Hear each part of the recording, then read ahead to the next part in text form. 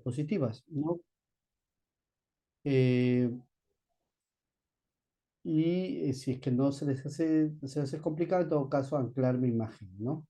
Muy bien. Les comentaba de que hoy día nos toca hablar sobre las modificaciones a la ley 30.364 y también a su reglamento. Y bueno, la ley ha tenido muchas modificaciones desde el 2015 que se promulgó, no solamente por el Congreso de la República, sino también en facultades al Ejecutivo mediante decretos legislativos. Y eso ha hecho de que la norma vaya variando en su interpretación, y que ya prácticamente no es la misma forma del proceso como inició, ¿no? Se ha modificado bastante en realidad. Y eso es lo que vamos a intentar el día de hoy compartir, debatir, y si ustedes tienen a bien a dar algunas preguntas, yo voy a contestar el chat, ¿no? El chat que nos han proporcionado. Quiero saber si se me escucha bien. Si se me escucha bien, porque estoy con audífonos, o si no, suelto. A ver, voy a probar sin audífonos, ¿ya? Sí se le escucha, doctor. ¿Ahí se me escucha mejor o se me escucha igual? Se le escucha un poco más claro, doctor. Ok, entonces soltamos el audífono, porque puede ser que algunos colegas sí tengan un poco de dificultad, no hay problema. Entonces, vamos a ir intentando armar lo que ahora es el texto único ordenado, pues porque a razón de tantas modificaciones es que se da este texto único ordenado, que es la facultad que tiene el Ejecutivo para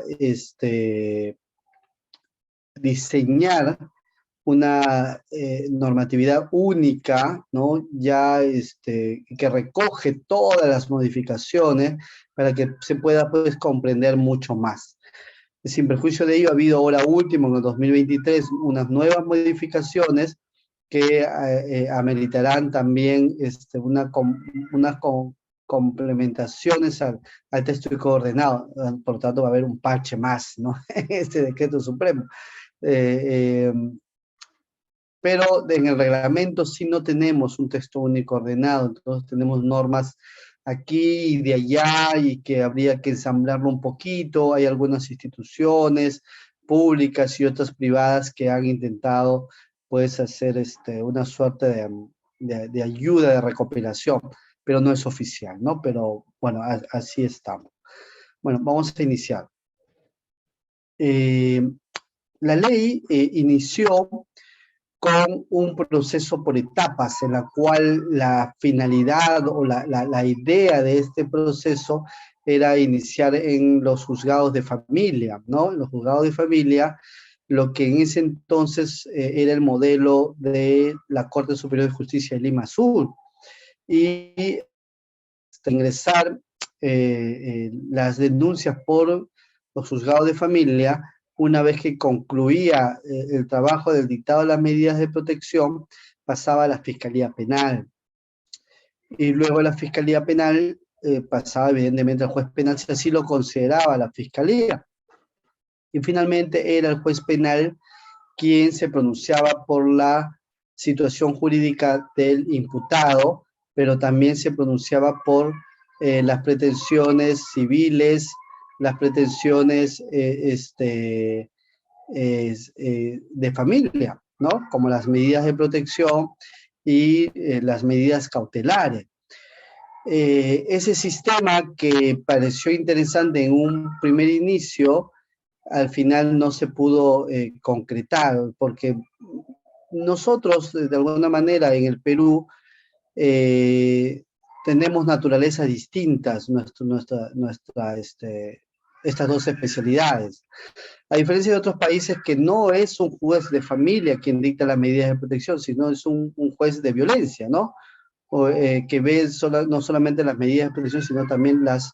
¿Me van a permitir un minuto, por favor?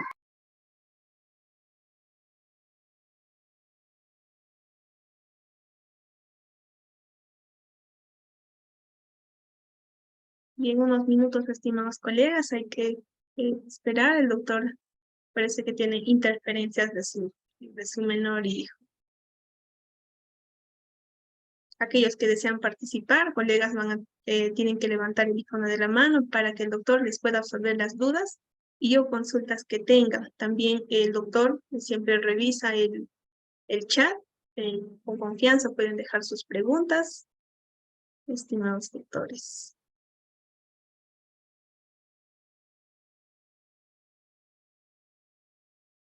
Conforme lo está refiriendo el doctor, hubo en este mes de septiembre hubo la última modificatoria con respecto a esta ley, estimados colegas. Hay que estar atentos, que no nos sorprendan cuando tengamos un caso de violencia familiar.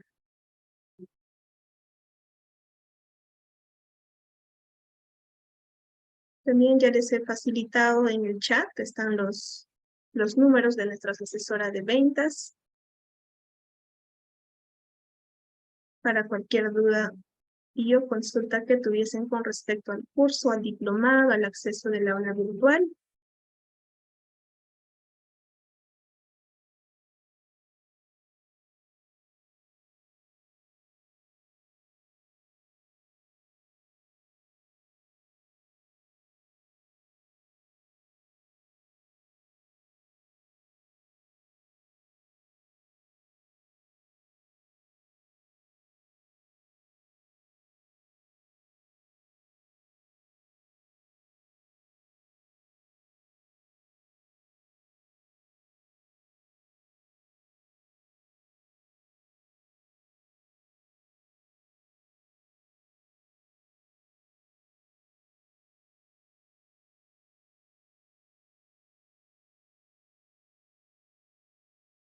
Ay, sí tiene razón, doctora Kathleen. Sí, el doctor se ha desconectado unos breves minutos pero va a continuar, hay que esperar, hay que tener paciencia. Sí, finalmente las diapositivas lo van a encontrar en su aula virtual. Todos los materiales que nuestros ponentes vienen desarrollando en las diferentes sesiones, estimados colegas, lo encuentran en su aula virtual. Para ello tienen un usuario, su contraseña. Ahí podrán encontrar los estimados colegas. Si tienen alguna duda con respecto para el acceso al aula virtual, solamente escríbenos a mi persona, a nuestra asesora de ventas, y he dejado los números de todos ellos para que nos puedan contactar.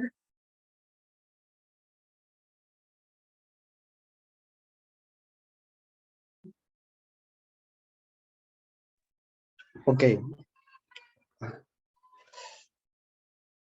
Muy bien, vamos a continuar. Entonces yo le decía de que este proceso es modificado posteriormente, ¿no? Se incorporan otros tipos otros artículos que modifican, como el artículo 23, en la cual establecía en su oportunidad si es que el fiscal penal archivaba el caso, el juez de familia también tenía que archivar el caso. Eso se llega a modificar. Y se establece ahora un nuevo proceso en la cual el juez de familia es el que dicta la medida de protección, pero también es quien realiza el seguimiento de quienes van a ejecutar esas medidas de protección. Y solamente el juez o jueza de familia es quien archiva el caso. Ya no ni el fiscal penal ni el juez penal.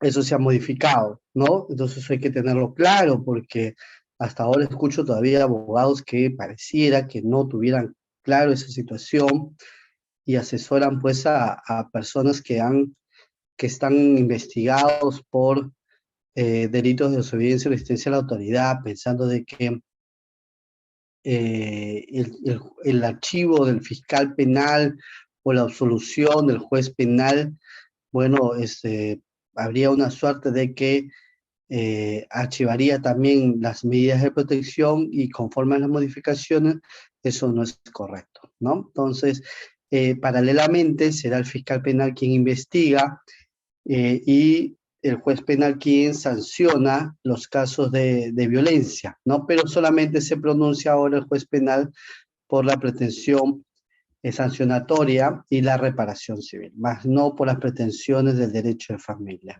Claro, y eso tiene un poquito de lógica porque ya se acopla un poco al sistema procesal que tenemos nosotros, a la ley orgánica y a la Constitución Política del Estado. Como les decía, en otros países es un juez o jueza que ve las medidas de protección, pero también ve la sanción, o sea, es una nueva especialidad. ¿Eso se podría hacer ahora? Yo creo que sí, porque hay módulos integrados de violencia, hay un presupuesto, hay un PPOR para implementar progresivamente estos módulos, y bien podría diseñarse esta etapa primero precautoria, ¿no? O de un sistema cautelar. Ese no es el sistema que tenemos, pero en otros países sí lo es, y antes del proceso penal.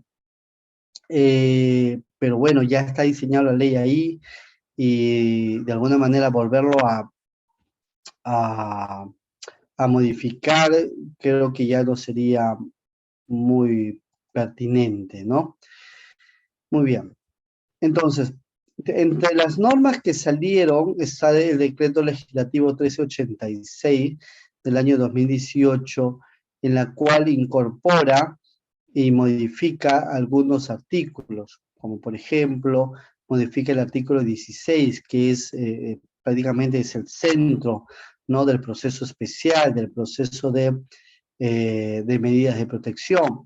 Este artículo 16 también ha sido modificado ahora en el 2023 en cuanto a los plazos para el dictado de las medidas de protección, ¿no? Entonces es una modificación importante porque también a su vez permite de que en el reglamento también se hagan las modificaciones correspondientes, porque estas normas facultan al Ministerio de la Mujer a que emita el decreto supremo correspondiente para regular el reglamento. También se modificó el artículo 19 respecto a la declaración de víctimas y entrevista única, que es la prueba más importante en este tipo de delitos. Es la prueba trascendental en este tipo de delitos porque es usual que sean delitos en clandestinidad y la misma víctima sea la única testigo o el único testigo, perdón, de estos hechos. Y también se incorpora el artículo 22, que es el objeto y los tipos de medidas de protección. Si bien es cierto, los tipos de medidas de protección ya lo teníamos en el artículo 22, no teníamos cuál era el objeto del mismo, ¿no? O sea, o cuál era la finalidad de estas medidas de protección, y el legislador aclara eso precisando en ese articulado cuál es el objeto de estas medidas de protección. El doctor Carlos Castañeda nos pregunta si el juez penal sobresee el caso, ¿ello no repercute en las medidas de protección? No. Si el juez sobresee el caso, igual la única entidad que tiene la facultad de disponer, dejar sin efecto la medida de protección, sigue siendo el juez o jueza de familia. Inclusive hay resoluciones o disposiciones, sea de Fiscalía o del Poder Judicial, que dice, bueno, habiéndose archivado, habiendo sobreseído, el señor juez de familia, archive usted también el caso. Bueno, que los jueces penales, ni menos los fiscales, pueden dar una orden de esa naturaleza al juez natural, ¿no? Al juez natural que dictó las medidas de protección. Solo el juez natural es el encargado de levantar esta medida. Así que, doctor, a su pregunta, no. ¿Qué puede pasar acá? Lo ideal es que, conforme dice la norma, comunique el juez penal al juez de familia y este va a tener que analizar si es que los factores de riesgo, que es otro tema, ¿no? Es otro tema, persisten o no persisten en el caso. Si no persisten, se han levantado, pues bueno, dejará sin efecto. Pero si considera el juez que persisten esos factores de riesgo, continuará la medida de protección. Así se haya sobreseído el caso. ¿Ok? Buena pregunta, doctor Carlos. Gracias. Entonces, hablemos un poquito de las modificaciones. Nosotros sabemos que el primer filtro de este tipo de proceso es la ficha de valoración de riesgo. No es el único criterio para dictar la medida de protección, pero digamos que es uno central porque nos permite a nosotros, mediante la información de la víctima, recabar situaciones riesgosas en la cual podría encontrarse la parte que denuncia, ¿no? Respecto de la parte denunciada. Entonces, esta ficha puede arrojar diferentes niveles de riesgo, como el leve, el moderado y el severo. En la actualidad, todos los tipos de riesgos se deben de dictar en 24 horas. Inició primero con 72 horas, todos los tipos de riesgo. Luego se estableció en 24 para riesgo severo, en 48 para riesgo moderado y leve, y 72 cuando no se establezca el riesgo. Bueno, los padres y madres de la patria consideraron que mientras más rápido, mejor la medida. Yo no estoy muy de acuerdo con eso, lo he dicho en otros eventos académicos. La celeridad no parte por disminuir los plazos, ¿ok? La celeridad tiene que ir de la mano con que la medida sea idónea, cumpla su finalidad, sea eficaz, sea efectiva. Y muchas veces por la premura del tiempo no se dicta una medida acorde o no se analiza de manera correcta y se dictan medidas para aquellos que no corresponden, perdón, o aquellos que corresponden no es suficiente la medida que se da y por lo tanto no se puede llegar a la finalidad del cese de la violencia, ¿no? Entonces, el plazo, que un plazo corto es importante, no lo podemos negar, pero tampoco a ese nivel, pero querramos o no, ahí está el plazo en la ley. Evidentemente, los jueces y juezas podrán establecer pues un plazo razonable, tampoco que sea muy excesivo para vulnerar el derecho de la urgencia, ¿no? De las medidas de protección o no se dicta la medida, pero tampoco muy corto que no nos permita a nosotros recabar pues elementos de convicción para dictar la medida más idónea. En el caso de que no se pueda determinar el riesgo, será 48 horas. Respecto a la convocatoria de la audiencia, también se ha modificado. En un inicio se convocaba a la audiencia y el reglamento señalaba, en esa audiencia yo podía convocar a la parte agraviada y a la parte denunciada era criterio del juzgador o juzgadora. En la actualidad no se dice nada si uno puede convocar a uno o a otro, ¿no? Se entiende que convocaría a ambos. Lo otro que se establece es de que se puede prescindir esta audiencia cuando la ficha de evaluación de riesgo determine que este es de gravedad o grave, ¿no? En los otros tipos de niveles de riesgo se llevaría a cabo una audiencia. Y también la misma situación en el caso de riesgo en la cual no se ha podido determinar el riesgo. La redacción actual es de la siguiente manera: en caso de riesgo leve, moderado o severo, identificado en la ficha de evaluación de riesgo, el juzgado de familia, en el plazo máximo de 24 horas, contadas desde que toma conocimiento de la denuncia, evalúa el caso y resuelve. Priorizando según el nivel de riesgo en audiencia, la emisión de las medidas de protección y o cautelares requeridas que sean acordes con las necesidades de la víctima, salvo en el supuesto de riesgo severo, donde el juez puede prescindir de la audiencia, ¿ok?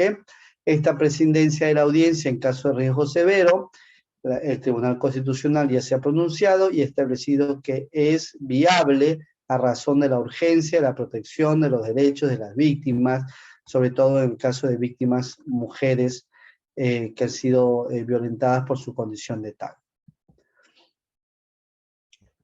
En la actualidad, se ha emitido el Decreto Supremo 09/2023, que permitiría, y ahora lo vamos a ver, de alguna forma prescindir en otros tipos de supuestos estas audiencias. Antes de ello, el doctor Raúl César nos dice, actualmente la ficha de evaluación de riesgo es la determinante para dictar la medida de protección, pero esta es el libre albedrío de la supuesta víctima, pudiendo mentir.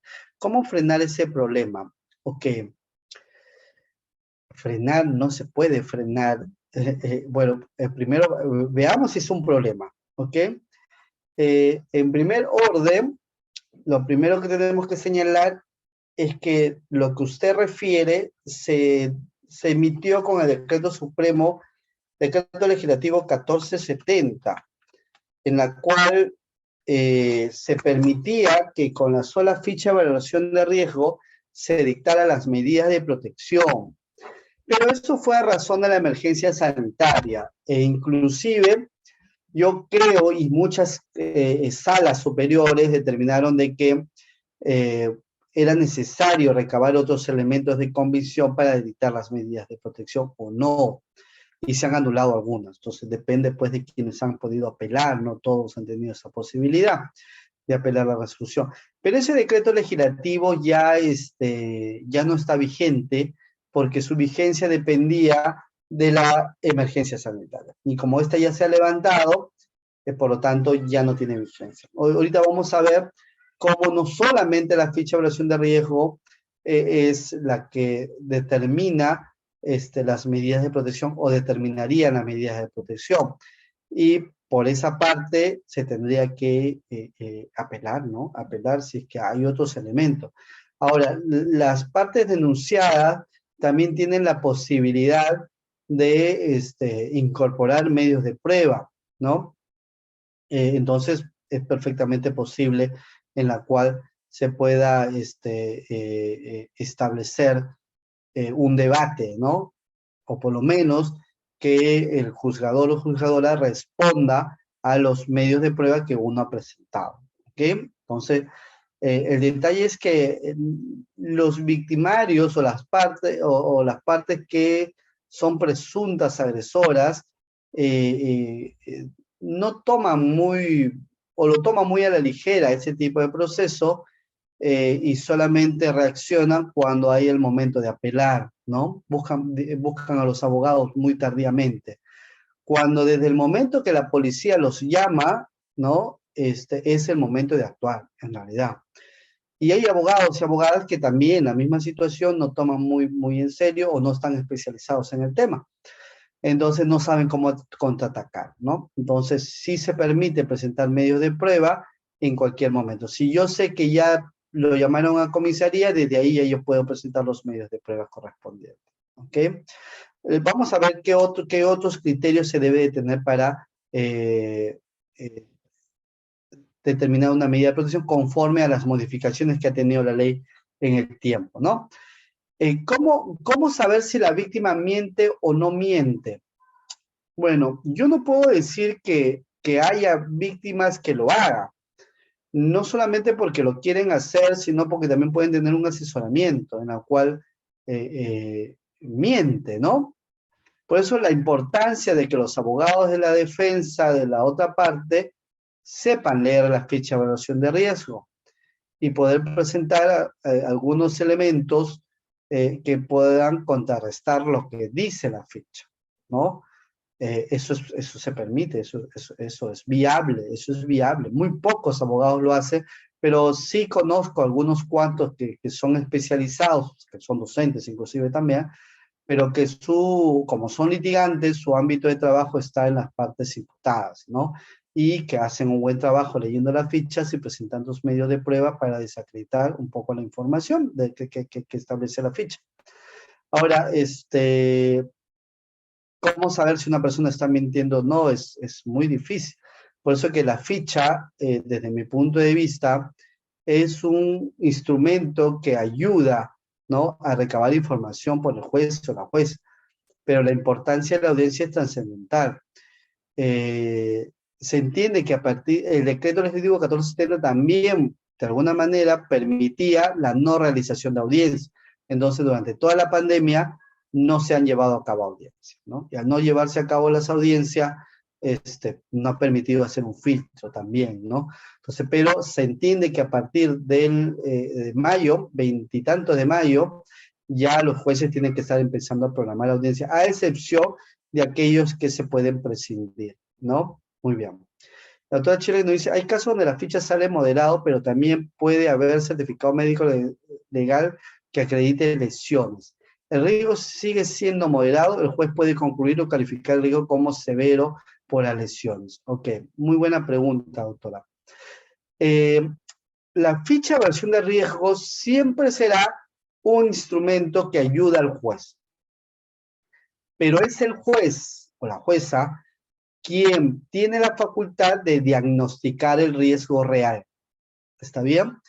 Evidentemente tiene que motivarlo. O sea, no es que, ya, por el certificado. O sea, ¿por qué considera que este certificado, en realidad, arroja, podría considerarse como un riesgo grave y no uno moderado, ¿no? Entonces, y en la resolución de la motivación, usted podrá cuestionar por qué no debió ser, pues, como lo califica el juez, ¿no? Para eso está la apelación, está la segunda instancia. Pero es el juez quien diagnostica.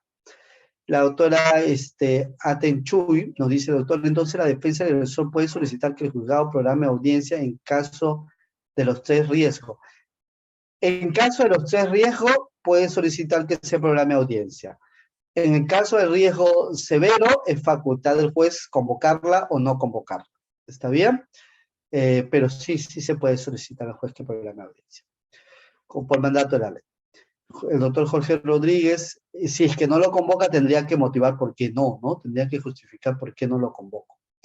Doctor Jorge Rodríguez nos dice, ¿qué pasa si la víctima no me deja ver al niño o hijo? A pesar que tengo un acta de conciliación, lo ordena. Esa fue firmada por ambas partes. Pues ahí, doctor, hasta donde usted me refiere, tendría que hacer un proceso de ejecución de acta de conciliación, para que sea un juez de familia, en un proceso muy, muy célere, quien ejecute esa acta de conciliación y haga los apremios de ley para que usted pueda ver a su niño o hijo. ¿Está bien? Ok, el doctor Jorge Luis Orellana nos dice, ¿el juez puede archivar el caso sin tener el certificado médico legal? Gracias. Ok. La pregunta sería, ¿en qué casos puede archivar el juez de familia un caso? Si ya dictó las medidas de protección, pues solamente si el riesgo ha cesado, ¿no? Si puede verificar de que ya no hay esos conflictos, estas violencias, que la persona ya no va al domicilio, que han pasado las terapias psicológicas, entonces archivo el caso. Lo otro que puede archivar el caso, pero no es un archivo, es una suerte de improcedencia, es una suerte de no al lugar, cuando se advierten de que si bien es cierto han habido daños, agresiones entre ambas partes, estas no son consideradas como un acto de violencia, es decir, no están dentro de los contextos de violencia de género o no están dentro de los contextos de violencia familiar. Entonces ahí también podría el juez dar no al lugar a dictado las medidas de protección, más que un archivo, ¿no? Si podría solamente por certificado médico legal, mi respuesta sería no, tendría que haber que ver el motivo por el cual archivó, ¿no? Pues, o sea, puede archivarlo sin tener en cuenta nada, o sea, habría que ver qué es realmente lo que motivó que archivara el juez. Pero en todo caso son estas las posibilidades las que he mencionado. El doctor Carlos Paredes nos dice, buenas noches, la emisión de la medida de protección se dicta a granel. Existe un real abuso en esta. Una vez dictadas las medidas, los jueces no son congruentes con sus fallos. Ok, pero, bueno, se da en cantidad porque hay muchos actos de violencia en el Perú, eso no lo podemos negar. Dos, yo diría, pues, ¿dónde están los abogados que me apelan, no? Si usted me dice que son incongruentes o todo lo demás, siempre hay la segunda instancia para que se pueda recurrir, ¿no? Y ahora, si 3 vocales consideran de que se debe confirmar la resolución, habría que mirar que el problema no es la medida de protección, sino la mirada que tiene el abogado que apela, ¿no? Que el doctor Jorge Rodrigo dice, explique por favor sobre el síndrome de alienación parental. No existe, doctor. Yo no puedo explicar algo que oficialmente la Organización Mundial de la Salud no lo ha establecido. Creo que eso me preguntaron en la clase anterior. No sé si usted estuvo presente. Pero sí van a tener, creo, un docente que en su investigación considera de que este síndrome si es permitido, ¿no?, aplicarlo. Yo considero que un profesional en psicología que se respete no podría aplicar un síndrome que no existe por la Organización Mundial de la Salud.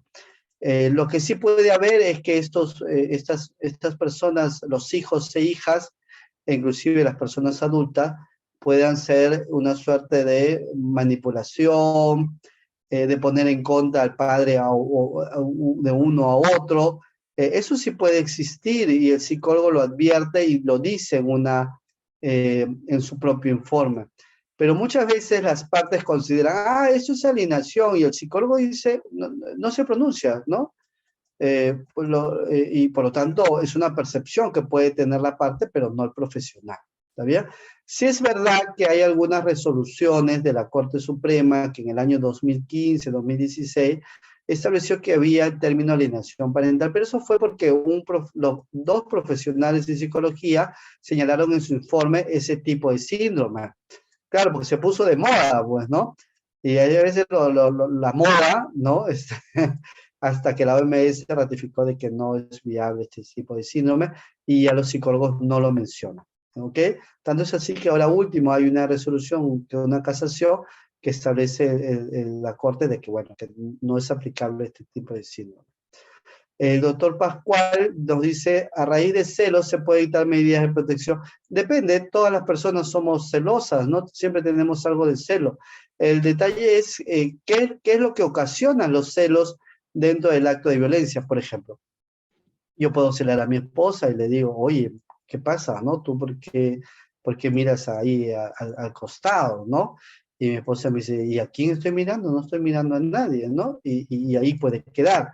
Cosa que está mal, ¿no? Porque igual hay una falta de personalidad, hay una falta, ¿no? Pero lo otro es que los celos me permitan a mí, ¿no? A la mujer mantenerla bajo subordinación, bajo dependencia.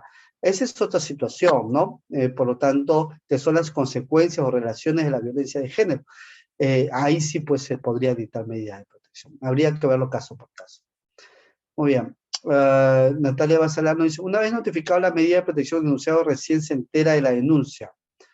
No es del todo cierto, ¿ok? Habría que preguntarle, o sea, las víctimas, mire, los denunciados siempre van a decir eso. Pero lo real es que la ley permite de que cualquier comunicación se haga vía teléfono, vía WhatsApp, vía correo electrónico. La policía convoca a las partes a que vayan a declarar y estos no van, ya es lo que nosotros vemos usualmente.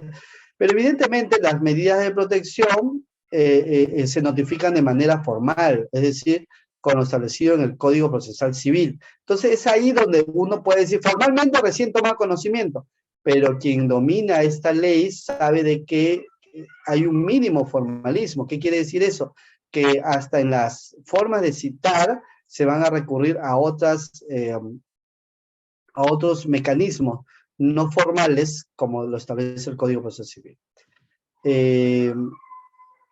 Ok, por lo tanto, no es tan cierto lo que se dice.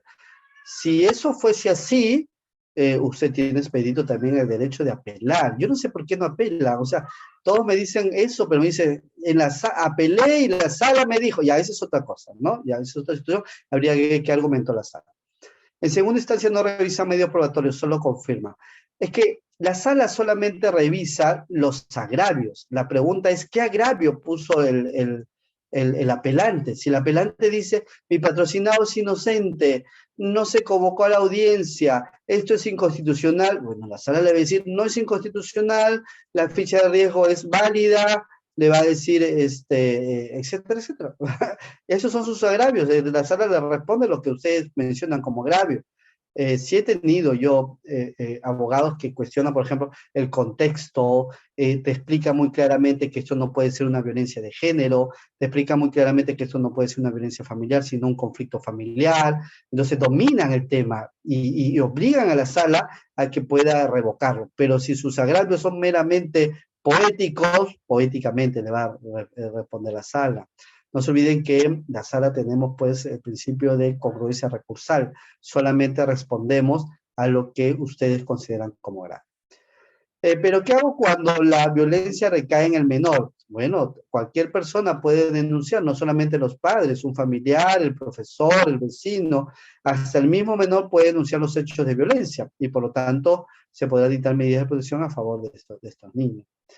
Pero haciendo un análisis, todas las medidas de protección en la realidad lo hacen solo por cumplir la norma. Es copia y pega, además tanto el agresor y la víctima no hacen caso a estas medidas de protección. Lo he visto en el campo. Mi persona labora en un servicio de programa de Aurora, del Ministerio de la Mujer, y es la realidad. Bueno, en parte tiene razón, eso yo no lo puedo negar. Sin embargo, me preocupa mucho de que siendo usted de Aurora, no exija, ¿no?, al juzgado a que dicte una medida de protección idónea y que cumpla, porque Aurora, y tengo muchos colegas de esa institución, muy buenos, que siempre están al pendiente de que si la medida no es idónea, esta la apelan para que la sala pueda establecer correctamente las medidas de protección, ¿no? Entonces, si viene de esa institución que está justamente diseñada para salvaguardar los derechos de las víctimas, sería bueno pues que hagan una estrategia para corregir eso. Natalia Basalar, cuando el contexto es por un tema de infidelidad y las partes procesales son familiares pero no habitan en el mismo domicilio, ¿es viable mediante la ley? Ok, muy interesante. Si el tema es por infidelidad, igual que los celos, la sola infidelidad no es una causal para dictar una medida de protección.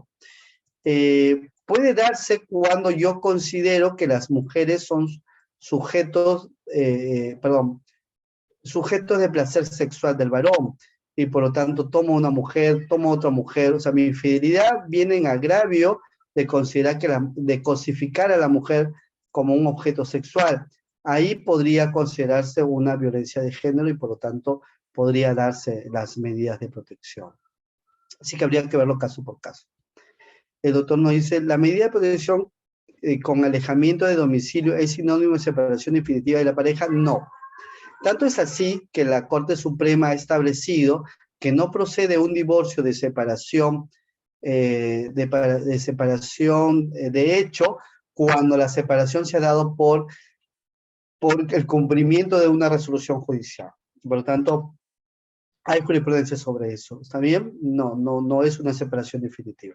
La idea del alejamiento del domicilio es para, ok, ustedes en este momento no pueden vivir juntos porque si viven juntos va a haber una catástrofe total, ¿no? El riesgo puede terminar en algo muy grave que puede perjudicar al mismo denunciado porque puede ir preso por un delito con mayor gravedad, ¿correcto? Entonces, mientras que ustedes se sometan a terapia psicológica, mientras que ustedes mientras que ustedes cumplan lo que yo estoy diciendo, es mejor que estén separados, ¿no? Si ustedes cumplen y en algún momento me solicitan el reingreso al domicilio y las cosas han mejorado, bueno, reingresará usted al domicilio. Hay casos en donde se denuncian violencia psicológica alegando alienación parental, pero no presentan algún informe psicológico. Procede a dictar medidas en este caso bajo el argumento de que la alienación es un tipo de violencia psicológica. Yo no sé dónde han sacado que la alienación es un tipo de violencia psicológica, porque la CEDAW ha establecido un informe en el cual no se puede tomar la alienación como un tipo de violencia, porque la alienación no existe, ¿no? Entonces no sé de dónde han sacado eso, de que la alienación es un tipo de violencia psicológica, ¿no? Ahora, sí que la manipulación de los hijos o uno de los padres habla mal del otro progenitor, no le pongamos un nombre, sino hagamos qué es lo que ha sucedido. Bueno, ahí sí se podría dar una medida de protección sin necesidad de tener un informe psicológico, porque dependerá pues de la información que recabe el juzgado respecto al tema de los menores de edad. En este tipo de casos siempre es recomendable de que el juzgador o juzgadora eh, escuche al niño, ¿no? Y saber de primera fuente qué es lo que está pasando con el niño en este caso. ¿Está bien? Ok, el doctor Acuña. ¿Cómo actuar cuando el informe psicológico del CEN y el protocolo de pericia psicológico del Ministerio del Público se contradicen? En el primero señala afectación emocional y el segundo concluye que no reúne criterios de daño emocional, siendo intervalos de tiempo entre ambas pericias menos de 4 meses. Ok, muy interesante. Si vamos a dictar una medida de protección, lo más probable es que el juzgado dicte la medida de protección porque tenemos el informe del Centro de Emergencia Mujer. Sin perjuicio de ello, esto va a pasar al proceso penal. Ninguno de los informes se puede descartar, ni el Centro de Emergencia Mujer, ni el de Medicina Legal. El fiscal puede realizar 2 acciones. 1, solicitar al perito oficial, no sé si dejé mi agüita por acá, porque está que me pica la garganta, creo que no la traía. Ok, acá está.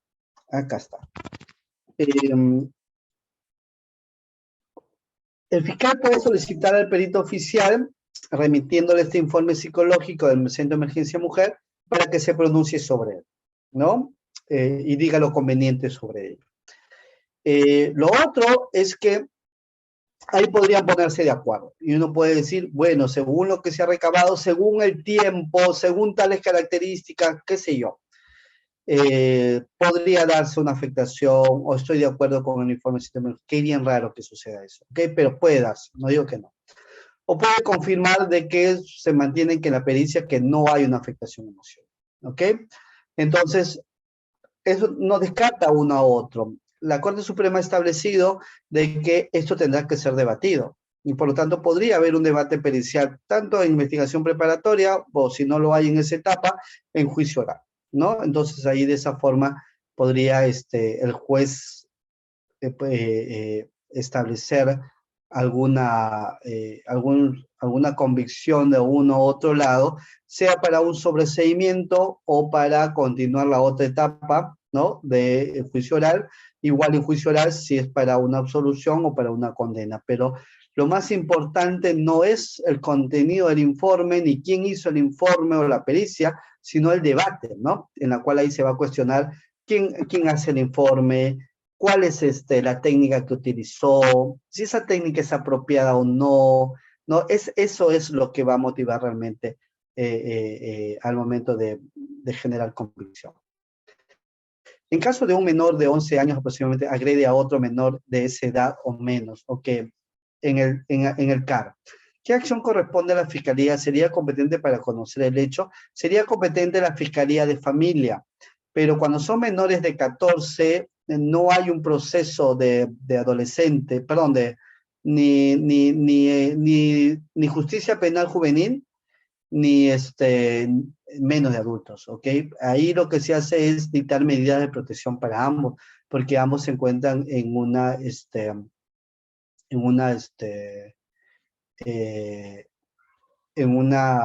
situación de vulnerabilidad propia de su edad.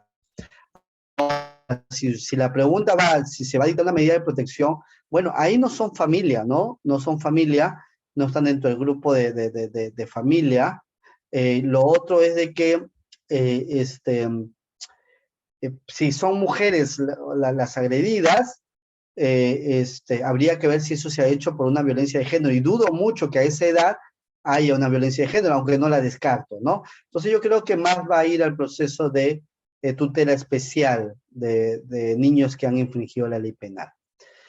Hay bastantes preguntas. Una de las últimas modificaciones de la ley respecto al retiro del agresor del domicilio como medida de protección establece como causal se proceda cuando se trata de violencia física, riesgo severo y cuando hay reincidencia. Okay. ¿Qué se debe entender por reincidencia? ¿Existencia de denuncias previas o hace alusión a la figura regulada en el artículo 46b del Código Penal? Buena pregunta. Si esta norma, como está regulada en un para una estructura del derecho de familia, ¿no? Es que ustedes saben que nuestros congresistas pues no son, o sea, pueden ser abogados también, pero en realidad no están en la práctica del trabajo. Entonces, debe entenderse como su primera premisa, ¿no? De que son denuncias reiteradas, hechos reiterados, sin necesidad de que esto signifique una condena o no, inclusive sin necesidad de que haya denuncias previas tampoco, ¿no? No considero que es aplicación el Código Penal en estos casos porque va a ver riesgos de violencia y no temas de delitos. Pero muy buena pregunta, estimada doctora. Dice el doctor, el juzgado puede eliminar las medidas de protección por violencia psicológica de hace 9 años del sistema que se encuentra en archivo definitivo porque viene perjudicando al trabajador. Ok, si es de hace 9 años, es con la ley 26.260, o sea, la ley anterior. Entonces, habría que ver por qué archivó el caso el juez. Si el archivo es definitivo porque ya pues ha pasado mucho tiempo y ya no se sabe absolutamente nada, ¿se puede sacar el sistema? No, no se puede sacar el sistema. Eso queda como antecedentes.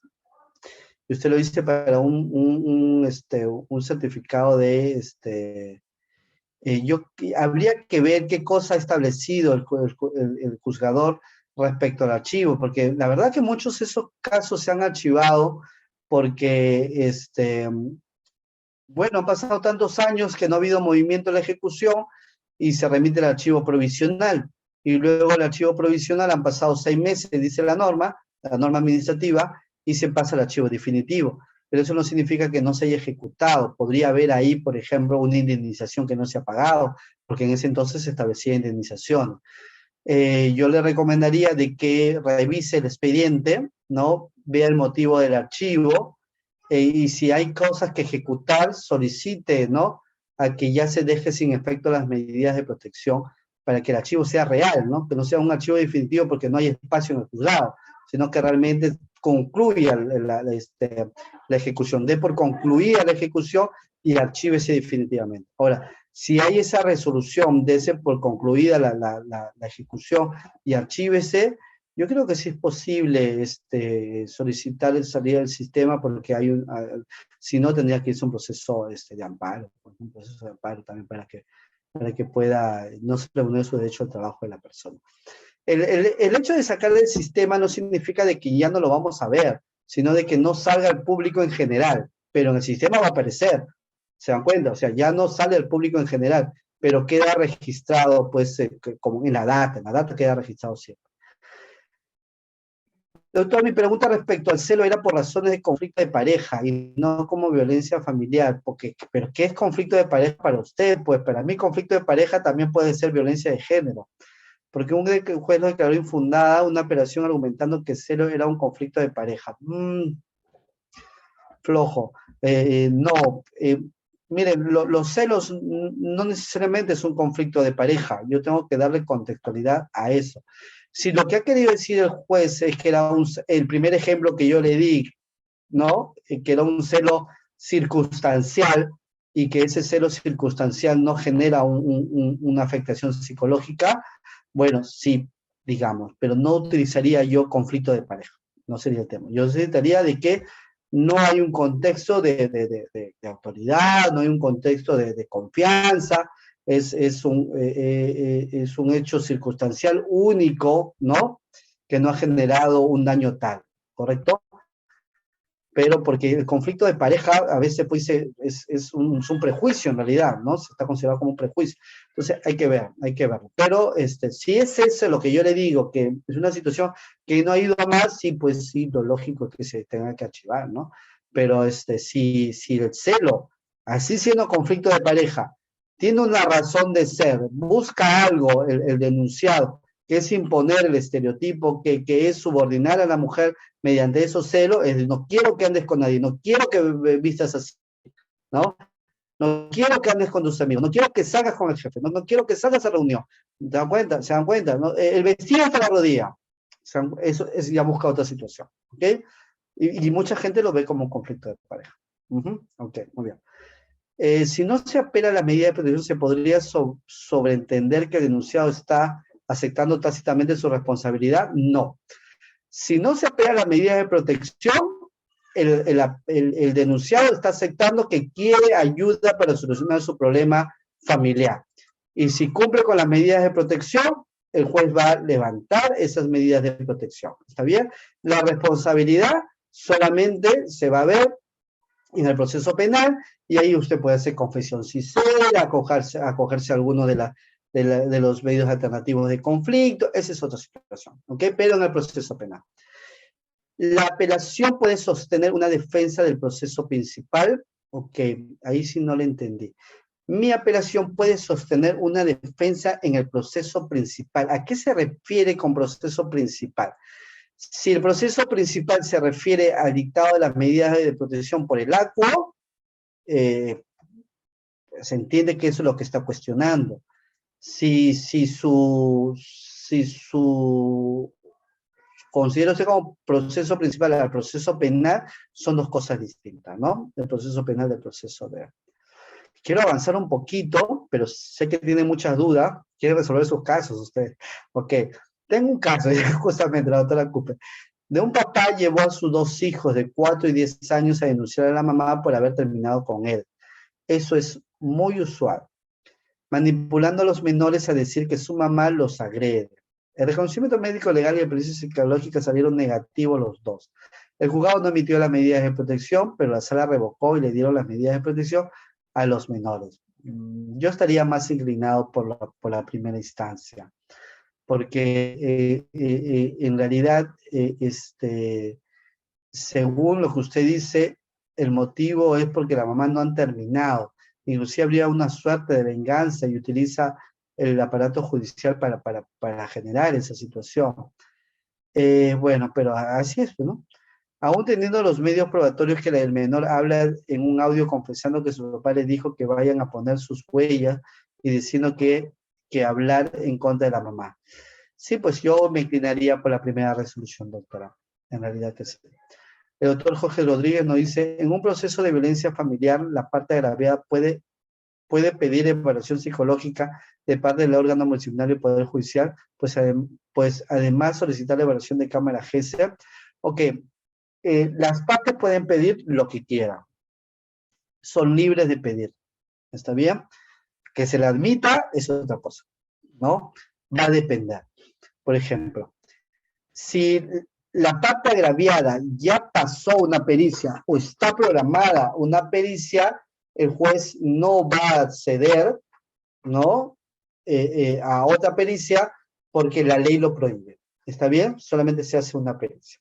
¿Ok? Muy bien. Menos en el proceso penal, de repente, la pericia de parte, no sé, pero se trata de no revictimizar, que es un principio, ¿no? Que se tiene que cumplir. ¿Puede solicitar la evaluación de la Cámara GESEL? Sí. ¿El juez puede acceder? Claro que sí. Pero no olvidemos que la Cámara GESEL en el derecho de familia se utiliza distinto a la Cámara GESEL del proceso penal. En el proceso penal se va a indagar sobre los hechos, ¿está bien? Y va a establecer qué pasó, qué no pasó, respecto a la imputación formulada por el Ministerio Público. En el proceso de familia solamente se van a ver situaciones de ayuda a la víctima. ¿Cómo te puedo ayudar? ¿Qué redes tienes? ¿No? ¿Cómo podemos hacer para que esto pueda reconducir en el ambiente familiar? O si no, pues no se podría, ¿no? Etcétera, etcétera. Así que si su visión es la Cámara GESEL para desacreditar los hechos o supuestos hechos de la denuncia, no va por ahí, doctora. Si eso es, porque le van a preguntar por qué usted quiere la evaluación de la Cámara GES, le van a denegar. Pero si usted quiere, porque la víctima, porque quiere estar usted presente en lo que diga la víctima, o porque la víctima está en una situación tal, o sea, la Cámara GES se utiliza para darle seguridad, un ambiente amigable a la víctima, no para generar situaciones de prueba o desacreditación de lo que diga la víctima, ¿no?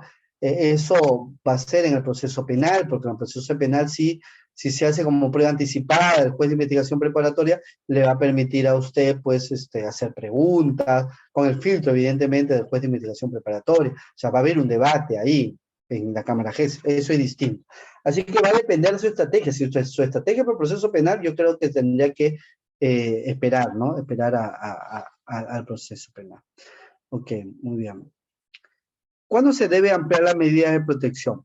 La ley establece que cuando hayan informes de la Policía Nacional, cuando se haya recabado nuevas pericias, cuando hay informe del equipo multidisciplinario, por ejemplo, eso sí pueden solicitar ustedes, ¿no? Pueden solicitar, ya dictar la medida de protección, solicito un informe del equipo multidisciplinario para que verifiquen que ya los riesgos han cesado, ¿no? Entonces, eso es importante. Doctor José Luis nos dice, pero una vez archivado, luego que el CAI indica que no hubo violencia psicológica, ¿cómo se puede hacer para borrar ese antecedente? ¿Qué es el CAI? El CAI es el Centro de Atención Integral del Ministerio de la Mujer.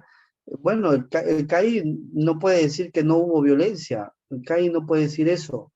El CAI lo que hace es hacer un tratamiento, ¿no? a varones, y lo que puede decir es que ya ha llevado satisfactoriamente el tratamiento y por lo tanto es una persona que ha cambiado su comportamiento. Bueno, eso sí, ¿no? Eso sí es posible de archivar, ¿no? Porque es una institución que justamente vela por eso, hace ese tipo de trabajo. Siendo ello así, si es posible el archivo y borrar los antecedentes, eso sí es posible. Pero no que el CAI va a decir que hubo o no hubo violencia psicológica, eso es imposible. Ni el perito en psicología, ni el Centro de Emergencia Mujer puede decir que hubo o no hubo un acto de violencia psicológica. Lo que ellos pueden decir es que hay una afectación, eso es distinto, son dos cosas muy distintas, ¿está bien? La doctora Marcia nos dice, en caso en que se dé, supongo, violencia psicológica y física de parte del agresor a su hija de 20 años, viven juntos y le insultó e intentó ahorcarla por celos. La agraviada ya no vive con su padre. ¿Se debe dictar medida de protección? Depende, porque acá tendría que saber por qué, o sea, intentó por celos a la hija. ¿Qué contiene eso de los celos? Puede ser porque se enamoró de la hija, entiendo yo, ¿no? Si es así, está utilizando a la hija como un objeto de placer sexual, eso es un estereotipo. Y probablemente hay que impedir posibles hechos de violencia sexual, entre otros. Si usted llama celos porque sale con una persona y él quiere corregir cosas para que su hija no salga embarazada, o cosas así, bueno, ahí hay que mirarlo con pinza porque son hechos circunstanciales, ¿no? Que no meritarían una medida de protección, sino que la señorita de 20 de repente quiere un poco de libertad y no respeta las reglas de la casa, entonces son cosas distintas, ¿no? Lo que se llama es el dolo por corrección. Cuando hay dolo por corrección no es igual del dolo de abuso de poder, es distinto. O el dolo por subordinación, es distinto. Habría que ver caso por caso. Se dan cuenta que ustedes en sus ejemplos todavía no pueden diferenciar un caso de otro, ¿ah? Eso lo van a tener que aprender en el diplomado. Ya, pues le voy a pedir que ya no hagan preguntas hasta ahí, no, porque no las voy a responder las que van allá, para poder avanzar un poquito más y de ahí respondo. Así que hasta ahí, para terminar de responder a todos. Ya me quedan 3 preguntas, respondo las 3 y ya no respondo los otros. ¿Y por qué le digo que no lo hagan? Porque conforme vaya avanzando, va a empezar a bajar esto y no voy a poderlas ver sus preguntas. En caso de niños varones que son víctimas de violencia sexual por parte de un tercero que no es familiar, ¿es posible dictar una medida de protección a su favor? Bueno, acá hay dos opiniones o dos interpretaciones. Unos dicen que de manera literal no les alcanza a los niños varones y por lo tanto tienen que ir a un proceso de contravención. ¿Okay? Y la otra opinión, que es la que yo tengo, que se tiene que hacer una interpretación convencional si las niñas, por ser mujeres, tienen derecho a esta protección ante un daño tan grave, igual derecho debe tenerlo pues los niños varones, ¿no? En este caso debería darse. Menores de 12 años fue víctima de violación sexual por parte de su vecino. Es el mismo caso, ¿no? Es un caso de violencia contra la mujer y se debe dictar Un menor de 12, entonces entiendo que es una niña, ¿no? Es una niña. Ok, se dictan medidas de protección o debe de ir a otra vía. Si es mujer, se dictan medidas de protección por la ley 30.364. Si es hombre, están las dos interpretaciones que le acabo de mencionar. Ok, ¿qué pasa si la agraviada no cumple con asistir a la versión psicológica que ordena el juez? ¿Qué pasa? Que lo más probable es que ese caso tenga algunas dificultades. Yo no digo que se vaya a archivar el caso, simplemente que tenga algunas dificultades porque no vamos a contar con una evaluación psicológica si es que lo que se va a establecer es un delito, ¿no? De afectación psicológica. Si es otro tipo de delito, habrá otros elementos de convicción respecto de ello. Ahora, las evaluaciones psicológicas no son determinantes para dictar las medidas de protección. Ayuda, claro que sí, pero puede estar el informe social u otros elementos de convicción que pueda tener el juzgador o juzgadora. Para emplear la medida de protección, por supuesto, nuevos hechos, el juez debe solicitar informe de la fiscalía. ¿Quién tuvo conocimiento de la denuncia? No, simplemente al llegar a estos nuevos hechos, el juez va a evaluar si es que hay hechos anteriores, va a proceder a acumular y a variar las medidas de protección. No es necesario solicitar el informe de fiscalía. Yo no digo que no lo puede hacer. Si considera el juez de familia, porque el fiscal tiene mayores documentales que podrían ser apreciados al momento de variar, bueno, lo puede ordenar, es su facultad, ¿no? Pero no es algo que esté así a rascatabla, se puede establecer. Muy bien, doctores, hay mucha información que ustedes quieren resolver y eso está muy bien. Entonces le decía que en la realización de estas audiencias se ha establecido de que si yo puedo verificar en el sistema, ¿no? Bueno, acá dice la plataforma digital única de denuncia, pero entendamos que esto todavía no está habilitado, pero dice, u otro medio tecnológico, entonces podría ser el sistema integrado judicial, o los antecedentes penales, los antecedentes policiales. En esa situación, el juez de familia puede analizar el caso y dictar la medida de protección, sin convocar a audiencia. Y ahí tendría que ver un poco pues, por los repetitivos actos que hay, por verificar si es que empezó algunos actos con unas denuncias de agresiones y ahora hay lesiones, ¿no? O tentativas de feminicidio, violaciones sexuales, entonces la urgencia amerita pues dictar una medida de protección. Lo que tiene que hacer la judicatura es justificar, ¿no? Argumentar, porque si no está bien fundamentado por qué prescinde de la audiencia, hay responsabilidad en esa situación, ¿no? Entonces hay que medirlo ahí claramente. Una de las modificaciones también está en la declaración de la víctima. Antes, cuando inició la ley, se estableció que esta debe establecerse debe llevarse como prueba preconstituida y luego se modificó para que esta sea como prueba anticipada. Y la razón es muy sencilla. Las declaraciones de las partes son prueba personal, no son prueba material. Las pruebas preconstituidas son prueba material. Entonces, no puede ser considerado. Claro, hay la idea de que la documental, ¿no? La documental puede servir como, o sea, el tipeo, ¿no? El acta en la cual se lleva a cabo la declaración en cámara GC puede servir como prueba material, pero eso no es así. Nuestra norma procesal establece cuándo, de manera excepcional, se puede hacer la lectura del acta de la declaración. Y no necesariamente va a encajar, ¿no? O sea, puede darse, sí. Por ejemplo, si ha fallecido la víctima, si no la podemos ubicar, etcétera, etcétera. Entonces puede darse esa situación, pero en forma general tiene que hacerse como una prueba anticipada. ¿Está bien? Entonces esa es una de las modificaciones que se ha establecido. Acá también se estableció cuál es el objetivo de las medidas de protección, y el objetivo de las medidas de protección es neutralizar o minimizar los efectos nocivos de la violencia ejercida por la persona denunciada. O sea, no es analizar cuál es la responsabilidad de la parte. Acá hay un hecho que se está denunciando. Yo no sé si él es responsable, pero el análisis de todo lo que pueda tener poco o mucho, ¿está bien? Considero que debe darse una medida de protección para que estos actos se neutralicen o se minimice estos efectos, ¿está bien? Eso es lo que se busca. Y se dicta la medida de protección teniendo en cuenta el riesgo de la víctima. Por eso es que en la actualidad no se ven, ¿no?, hechos del delito, sino se ven riesgos de la víctima. ¿Qué riesgo tiene la víctima? Entonces, si la víctima vive con un hombre que consume alcohol o es drogadicto, yo no sé si él cometió, el hecho de ser alcohólico y drogadicto no significa que ha cometido el acto lesivo,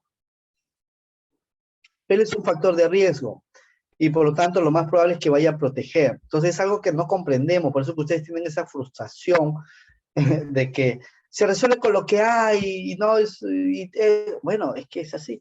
Mire, yo les comento que en Ecuador, por ejemplo, quien dicta las medidas de protección es una entidad administrativa y lo dicta sin audiencia. ¿Está bien? En Estados Unidos, en Washington, va la mujer, llena un formato y llena la ficha y se dicta las medidas de protección también. Luego necesita una audiencia, pero ya de posterior, pero las medidas se dan, ¿ok? Entonces, entre los niveles de forma, perdón, respecto a las formas en las cuales muchos estados han considerado dar esta medida de protección, que no son vulneratorias de derecho porque no tienen nada que ver, ¿ya?, con la responsabilidad del imputado. ¿Está bien? Entonces, Perú, por lo menos, ha optado que en algunos casos llevar una audiencia, ¿no?, por lo menos. Y ha optado también a hacer un seguimiento, ¿no?, y verificar reiteradamente si es que esa medida se puede dejar sin efecto. El problema es que de esa cantidad a granel, como usted le llama, de dictada medida de protección, un 95%, como bien dijo uno de los colegas, no cumplen, pues. Entonces, si no cumplen, va a seguir ahí la medida de protección. Y si la medida de protección va a estar ahí, evidentemente van a tener estos antecedentes. Si congresistas, ministros, ha salido esta información. Es que minimizan el hecho. Mi mejor consejo es, ¿ya tienes la medida de protección? Sí. ¿Ya pasó el plazo de apelación? Sí. Me buscaste tarde, pues, ¿no? Pero bueno, no importa, todavía podemos hacer algo. ¿Qué te han dicho que tengan que hacer? Que no me acerque, que no vaya, que esto, que cumpla. Ya, bueno, hazlo, pues. Vamos a empezar. Saca tu cita en el centro de atención médica, ¿ok? No vayas, pero con sinceridad, pues, doctora y doctora. ¿Van a ir o no van a ir? Van a ir. Entonces, lo que mide el juez no es yo voy porque te voy a agredir. O sea, lo que busca el juez es no te acerques a la víctima, ¿no? Y en cualquier situación comunica al juzgado. Si tú quieres acercarte porque quieres ver a tus hijos, bueno, que el juez te lo otorgue. Porque el juez va a ver cuáles son los lineamientos para que se lleven a cabo este régimen de visita. Pero en el Perú no estamos acostumbrados a eso. En el Perú estamos acostumbrados a no cumplir resolución. Menos si son para algo positivo para nosotros, ¿no? ¿Quién de los peruanos, nosotros que somos profesionales, decimos, bueno, ir al psicólogo está bien? Muchos minimizamos la terapia psicológica, ¿no? Entonces, esas son las consecuencias por las cuales tenemos todavía muchas medidas de protección que no pueden levantarse, ¿no? Porque estamos en esto, pues, ¿no? Criticando, que está bien la crítica, pero hay que trabajar. Y para eso hay que conocer el proceso, ¿ok? Muy bien. Luego, en ese mismo decreto legislativo se estableció, pues, las vigencias y la validez de las medidas de protección y cautelar. ¿Hasta cuándo van a ser vigentes estas medidas de protección? Porque no estaba establecido. Luego, la valoración de riesgo, que justamente le da esto, lo que yo le decía, de que lo importante, lo central en ese tipo de proceso es la medición del riesgo, más no la responsabilidad. La fragancia en caso de riesgo severo, que es la participación de la Policía Nacional y Serenazgo, y los criterios para dictar la medida de protección, que es lo que ahora ustedes pueden exigir, porque ya la 1470 no está. Entonces, la vigencia y la validez de la medida de protección se da hasta que el riesgo, ¿no?, cese. Si yo no puedo demostrar que el riesgo ha cesado, continuará. Y si yo no hago nada para que el riesgo cese, bueno, continuará las medidas de protección. Es verdad que la ley dice de que es de oficio o a pedido de parte, pero bueno, de oficio ustedes saben que que es un poco difícil, ¿no? Que los jueces archiven un caso de oficio, pero cabe la posibilidad de que ustedes a pedido de parte lo puedan solicitar, ¿no? Y la evaluación de riesgo, ahí donde se habla la forma, cómo se va a llenar la ficha de evaluación de riesgo, las instituciones que lo van a hacer, cómo lo van a realizar, ¿no? Evidentemente, falta un poco de preparación a este tipo de personal. Ahora, no es que solamente Perú haya optado porque esas instituciones hagan la ayuda para el llenado de la ficha, porque otros países también, Colombia, en algunos estados de Colombia, lo hace la Policía Nacional, ¿no? De allá de Colombia, también, igual que acá. Y hay algunos países que la medida de protección lo da la policía, ¿no? Entonces yo digo que por lo menos acá en Perú han buscado mayor garantía que en otros países. En otros países, o sea, es mucho más. Pues, en Ecuador es como que si el Ministerio de la Mujer le dictara la medida de protección. ¿Se dan cuenta? O sea, ¿qué nivel de imparcialidad se podría cuestionar, ¿no? ¿Ustedes no creen? Se podría cuestionar. Si cuestionan ustedes el trabajo del Centro de Emergencia Mujer, o sea, eso es Ecuador, ¿se dan cuenta? Acá en Perú es distinto. En Washington, como le digo, es prácticamente la medida de protección es mecanizada también, ¿no? Lo que pasa es que nosotros nos hemos quedado con el chip de la 26.2260, en la cual pues había ese proceso lato, etcétera, etcétera, que podría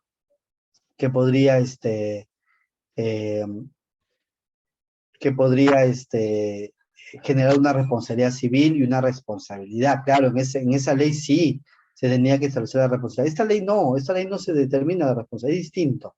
Bueno, esto es lo que le decía, la flagrancia de caso de riesgo severo, en la cual está la participación de la Policía Nacional con serenazgo, inclusive pueden allanar el domicilio donde ocurrieron los hechos, arresto ciudadano, entre otras facultades para prevenir. Estos son los criterios para dictar las medidas de protección. Es lo que debe de tener en cuenta en la actualidad un juez o una jueza para dictar las medidas de protección y muchas veces no lo hace. Entonces acá ustedes podrían tener un motivo por el cual podrían apelar, porque veo que hay varios abogados que están interesados en eso, ¿no? Estos criterios, uno de esos criterios es la ficha de evaluación de riesgo, pero no es la única. También se pueden establecer los informes sociales, los antecedentes policiales o penales que pueden denotar peligrosidad, la relación que tiene la víctima con la persona denunciada, tendría que pronunciarse el juez o jueza cuál es este tipo de relación, la diferencia de edades y la relación de dependencia que tiene, la condición de discapacidad de la víctima, la situación económica, la gravedad del hecho, ¿no? Y otras situaciones que puedan denotar, pues, peligrosidad y vulnerabilidad. Muy bien. Luego, en el reglamento ya se establece en el Decreto Supremo 04-2019 los dos ámbitos, ¿no? El ámbito de tutela, en la cual queda claro que solo se va a verificar el dictado de la medida de protección para proteger a la víctima, nada más, ¿ok? Y es el juzgado penal quien va a determinar la responsabilidad de la persona. Eso también es importantísimo porque se aclaró este tema de qué cosa es lo que van a ver los jueces de familia y los jueces penales, ¿no? ¿Okay? También ahí se estableció que lo que se tiene que dictar o se tiene que debatir en la audiencia es la determinación de una medida de protección idónea, ¿no? Entonces, ahí está cuando ustedes dicen, pues, no, es que solamente son, no sé cómo dijeron, como que algo que no tiene una congruencia. Sí, cierto, pues yo le decía que en eso, en parte es verdad, ¿no? Yo no puedo decir, pero por eso es que se modifica en el 2019 respecto a la idoneidad de la medida de protección.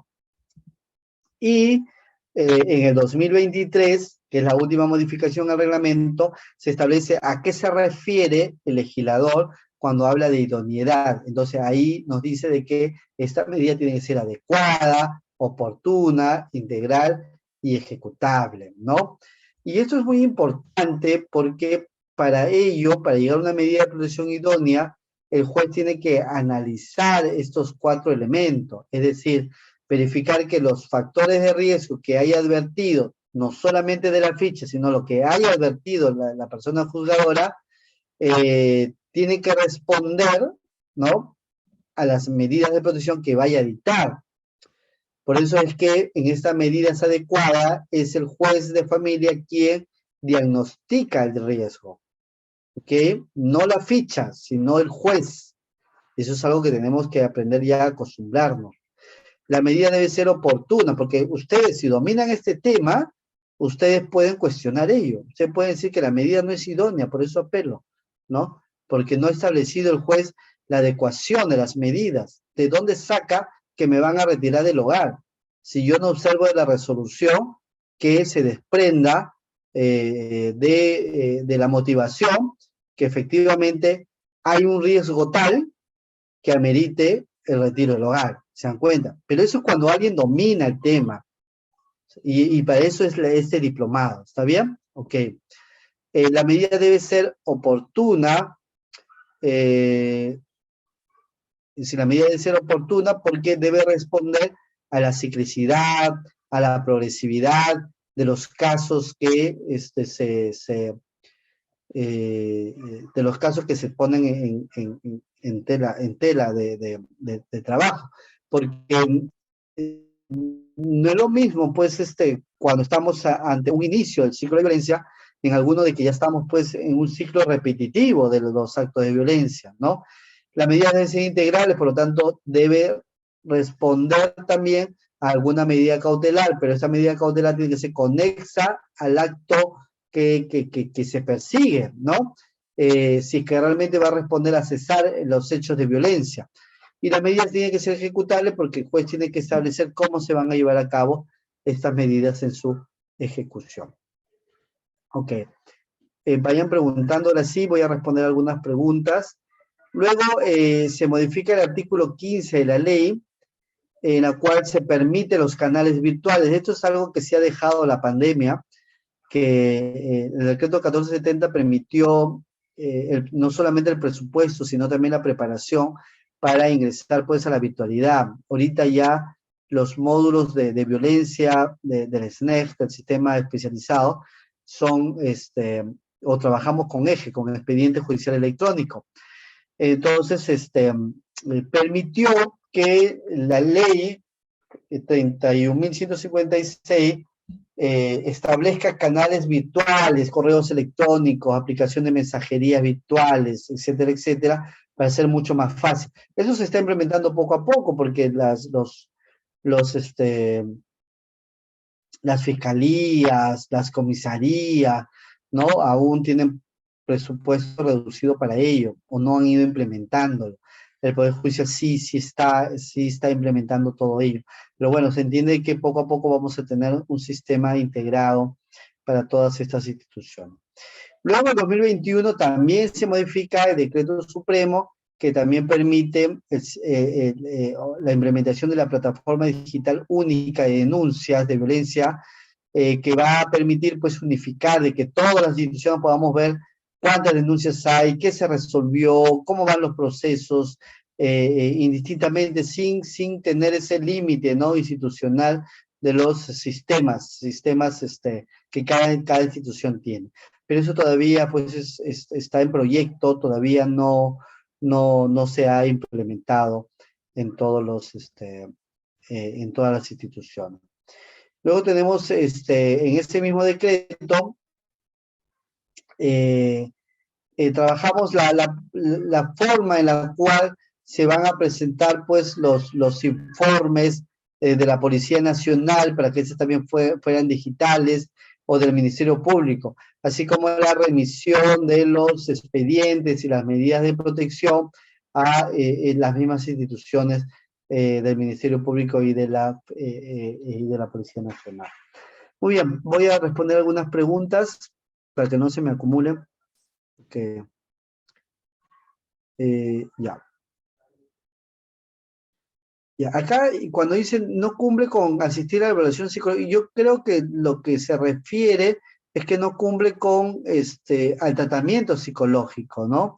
Bueno, ahí, a diferencia del supuesto agresor o agresora que está obligado a cumplir, acá en el caso de la víctima, se necesita una asistencia para hacerla entender la necesidad de que pueda asistir a esta evaluación psicológica. Cuando eso sucede, muchas veces el personal del juzgado lleva a cabo mediante un personal de trabajo social para que pueda convencer a la víctima a llevar este tratamiento, ¿no? Ok, ya, eso ya lo respondí. Ante el incumplimiento de la medida de protección se procede una evaluación psicológica a la presunta víctima, depende si es que ese incumplimiento de la medida de protección es por un acto que podría generar un acto de violencia psicológica y se necesita una investigación de esos nuevos hechos, bueno, se podría ordenar una nueva evaluación psicológica de la presunta víctima. Pero si eso no es así, ¿no?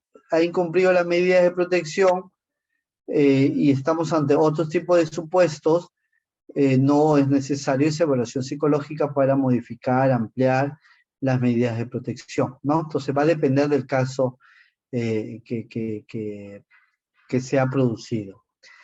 El doctor Bernardo nos dice, cuando la ley dice que la PNP, el MP y el PJ aplican la ficha de evaluación de riesgo, establece que son los facultados para su llenado. Correcto, establece que son los facultados para el llenado de estas fichas de evaluación de riesgo, ¿no? Al inicio era solamente la Policía Nacional del Perú, pero se ha ampliado y el Poder Judicial, pero se ha ampliado esto para el Ministerio Público. Lo que se quiere es que donde haya un acceso a la denuncia, porque son las instituciones donde hay acceso a la denuncia en la actualidad,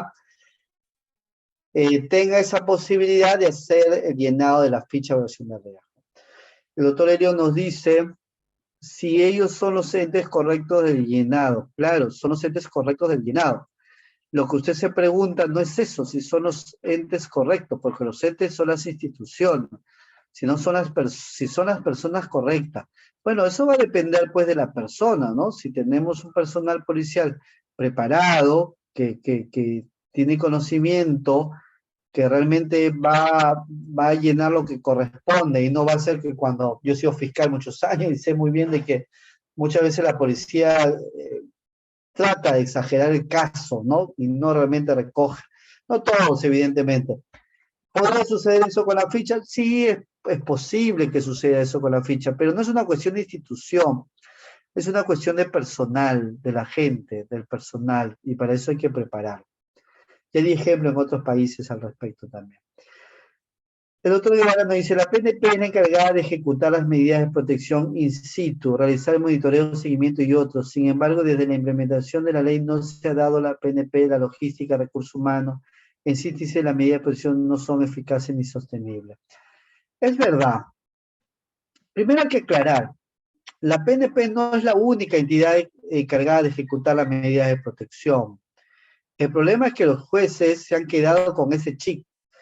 Y eso tiene que ver con la modificación también. Al inicio de la ley, era la PNP la encargada de la ejecución, la única institución.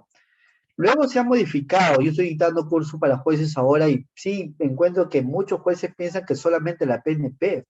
Y eso no es verdad.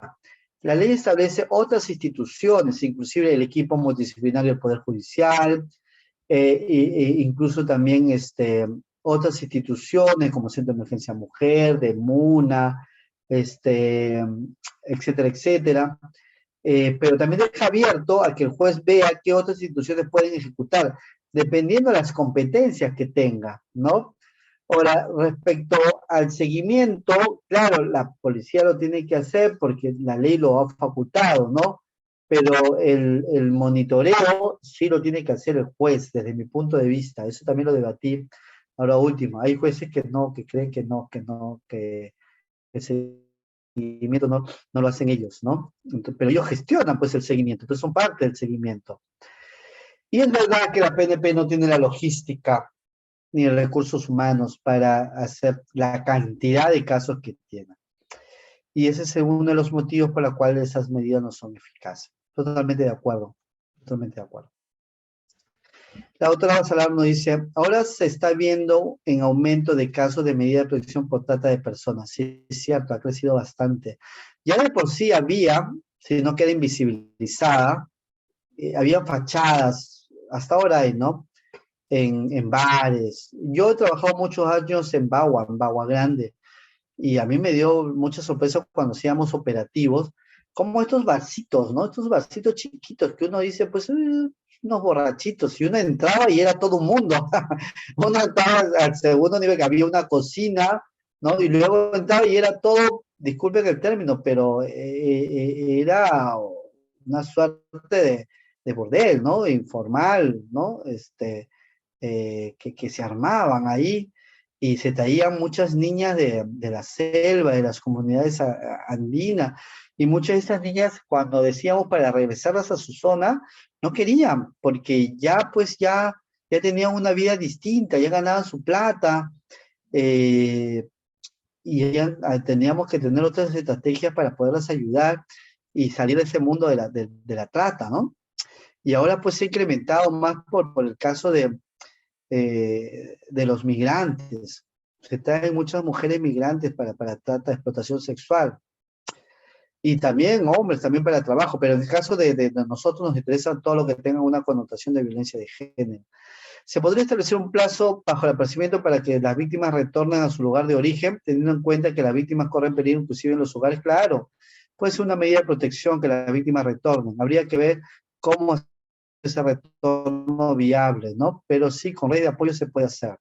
Pero como le digo, muchas de estas víctimas no quieren regresar, un poco difícil. Y si son de comunidades y ya estas han sido tocadas, violentadas sexualmente, estas comunidades a veces la ven como ya como que mujeres que no sirven porque no van a poder tener una pareja o un esposo, ¿no? Y ustedes saben cómo se maneja esa situación de las parejas y los esposos. Ok, la doctora María dice, ¿por qué no se está tomando en cuenta los casos de violencia patrimonial y económica? Pero aún las comisarías y algunos fiscales desconocen ese tipo de violencia. Es verdad, es una de las violencias más invisibilizadas, porque ahora la psicológica era la más invisibilizada, pero por lo menos ahora con la pericia uno descarta si es que hay o no hay, ¿no? Me refiero al proceso penal. Pero en la económica y patrimonial estamos acostumbrados a la excusa absolutoria, o sea, esa prohibición de investigar cuando son familiares que nos ha generado una invisibilidad de estos casos, más aún cuando son de violencia de género y estos no están penalizados, peor todavía, ¿no? Ok, muy bien.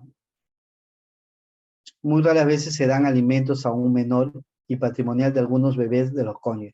Ok, hay que tener en cuenta esto de los alimentos, porque se está mal utilizando el proceso de violencia para generar proceso de alimentos. Se da los alimentos si es que la solución está en otorgarlo, por ejemplo. Si es que si yo voy donde mi expareja y le digo, tú quieres que yo te pase alimentos, ok, pero antes tienes que tener relación sexual conmigo. Entonces, como ella está coaccionada a tener el acto sexual no consentido por la economía, ¿no? Por el pago del dinero, bueno, ahí se dicta una pensión de alimentos. Y situaciones muy parecidas, donde la pensión de alimentos va a cesar ese riesgo que tiene la víctima, ¿está bien? Pero si solamente es el hecho de que tenemos a un niño y hay conflictos por eso, bueno, el problema es que no han ido a un proceso eh, de alimentos y lo correcto es derivar ese caso a la Defensoría Pública para que haga el proceso correspondiente, ¿no? Muy bien, muy bien, ok. El doctor Guevara nos dice, trabajo en medidas de protección durante 3 años en Chiclayo y a mis víctimas solo las visitamos nosotros.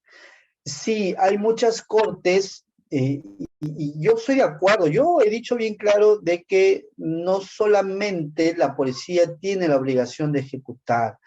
En este evento que llevo con magistrados, han contado muchas formas en Chiclayo, también en la Selva Central, en Junín, también, Huancayo, cómo los jueces mismos van a las casas, a verificar. A veces la presencia judicial es mucho mejor que la presencia policial, ¿no? Entonces, esas son buenas prácticas que yo saludo mucho, doctor Guevara, que lo puedan realizar y esperando que lo sigan realizando, sobre todo en casos de riesgo severo, ¿no? Que se requiere bastante. Doctor, ¿el juez está obligado a establecer medidas a víctimas indirectas? Sí, claro, está obligado. Si advierte que hay víctimas indirectas, está obligado. En todo caso, pueden solicitarlo, ¿no? Para que se incorpore y se pronuncie en la ampliación, por ejemplo, o establecer la apelación. Pero yo creo que la ampliación podría ser, si se advirtió, oiga, señorita juez, señor juez, usted se olvidó acá pues de la víctima indirecta. Si usted mismo lo está diciendo en su resolución, pronúnciese sobre eso, amplíe usted su medida de protección conforme a la ley. La doctora Fernández nos dice, ¿el Centro de Emergencia Mujer puede ver los casos de desprotección y abandono de personas incapaces? Incapaces, ¿a qué se refiere? Una persona con discapacidad, entiendo yo, ¿no? Si es que no hubiese UPE, ya que en Sullana no lo hay, se agradece si lo puede aclarar. Ok, muy bien. Entonces, la doctora se refiere a incapaces a menores de edad, porque si dice la UPE, son menores de edad. La Unidad de Protección Especial, que es una institución que se desprende del Ministerio de la Mujer, se encarga de ver de aquellos niños, niñas y adolescentes que se encuentran en desprotección familiar, ¿correcto? Y son los únicos acreditados para llevar a cabo ese tipo de trabajo. Donde no haya unidad de protección especial, el encargado es el juez de familia, el juez o jueza de familia. Y entiendo que en Sullana hay jueces de familia. En todo caso, donde no haya jueces de familia, el juez mixto que ve también procesos de familia. También no está encargado el Centro de Emergencia Mujer. ¿Ok? Muy bien, gracias doctora por su pregunta, porque sí hay muchas dudas sobre ese tema. Y la doctora Mabel dice, ¿y hasta dónde es el límite de la UPE? Bueno, la finalidad del proceso de protección familiar es que los niños, niñas adolescentes, también trabajan con factores de riesgo, igual que violencia. Casi toda la nueva visión de este tipo de casos es mirando factores de riesgo para adolescentes en conflicto con la ley penal, para los de protección familiar y para violencia, ¿no? Todos trabajan con factores de riesgo. En adolescentes inclusive tienen el SABRI, que es una suerte de protocolo que permite medir los riesgos de adolescentes que es distinto, ¿no? El de protección familiar también tienen protocolos para los factores de riesgo de estos niños, niñas, adolescentes de protección. Y lo que se hace es ver cómo trabajamos con la familia para mejorar esa desprotección y regresar a los niños a su familia. No es que se los voy a quitar y no se los voy a devolver. ¿Está bien? Entonces, en ese interín la OPE puede estar con medida de protección provisional de que vaya a un acogimiento familiar, ¿no? Por la familia extensa, o sea, por otros familiares, o por familias acogedoras, o sea, familias que no tienen un vínculo consanguíneo ni por afinidad, pero sí están preparadas para albergar a personas menores de edad, ¿ok? Puede mantenerse con la misma familia dependiendo de la gravedad de la situación, pero con supervisión y con tratamiento para poder mejorar esta situación con la familia.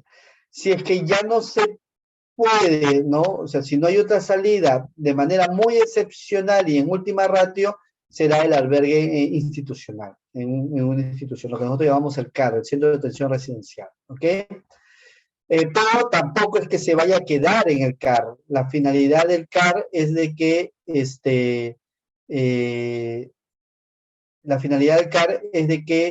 sea adoptado, ¿ok? Que sea adoptado. O sea, todo tiene que indicar de que el niño tiene que formar una familia y no quedarse institucionalizado, ¿ok?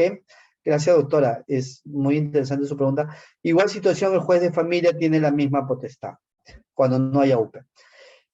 La doctora Chuy nos dice, doctor, ¿en delitos contra el pudor en menor edad se aplica la ley 30.364? Sí. Sí se aplica. Y hay muchos delitos contra el pudor entre familiares. Hay bastante, bastante. Entonces, la ley los protege. El único problema es lo que habíamos comentado con los doctores, en la cual no, si es fuera de la familia y es varón, hay un problema ahí, ¿no?